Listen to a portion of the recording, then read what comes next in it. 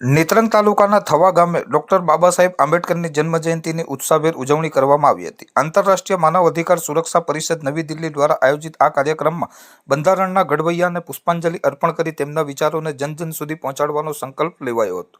નેત્રંગના થવા ખાતે આંતરરાષ્ટ્રીય માનવ અધિકાર સુરક્ષા પરિષદ દ્વારા ભારત રત્ન ડોક્ટર બાબા સાહેબ આંબેડકરની જન્મજયંતિ નિમિત્તે વિશેષ કાર્યક્રમનું આયોજન કરવામાં આવ્યું હતું.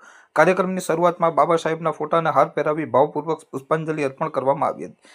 આ સમગ્ર કાર્યક્રમ આંતરરાષ્ટ્રીય માનવ અધિકાર સુરક્ષા પરિષદના સંસ્થાપક ડોક્ટર ટી.એમ. ઓકારની અધ્યક્ષતામાં યોજાયો હતો. સંસ્થાના અન્ય સદસ્યો પણ ઉપસ્થિત રહ્યા હતા. કાર્યક્રમ દરમિયાન ડોક્ટર ટી.એમ. ઓકાર દ્વારા ઉપસ્થિત લોકોને માનવ અધિકારો વિશે વિગતવાર માહિતી આપી જાગૃત કરવામાં આવ્યા હતા. તેમણે જણાવ્યું હતું કે બાબા સાહેબે આપેલ અધિકારોનું રક્ષણ કરવું એ આપણા સૌની જવાબદારી છે.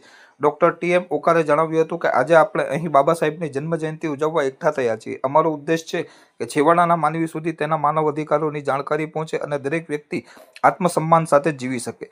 આ કાર્યક્રમને સફળ બનાવવા માટે આંતરરાષ્ટ્રીય માનવ અધિકાર સુરક્ષા પરિષદ નવી દિલ્હી સેન્ટ્રલ કમિટી પ્રેસિડેન્ટ સર્જન વસાવા અને તેમની ટીમે ભારે જહેમત ઉઠાવી હતી. ગ્રામજનોએ પણ આ ઉજવણીમાં જોડાઈને બાબા સાહેબના મૂલ્યોને જીવનમાં ઉતારવાની પ્રેરણા લીધી હતી.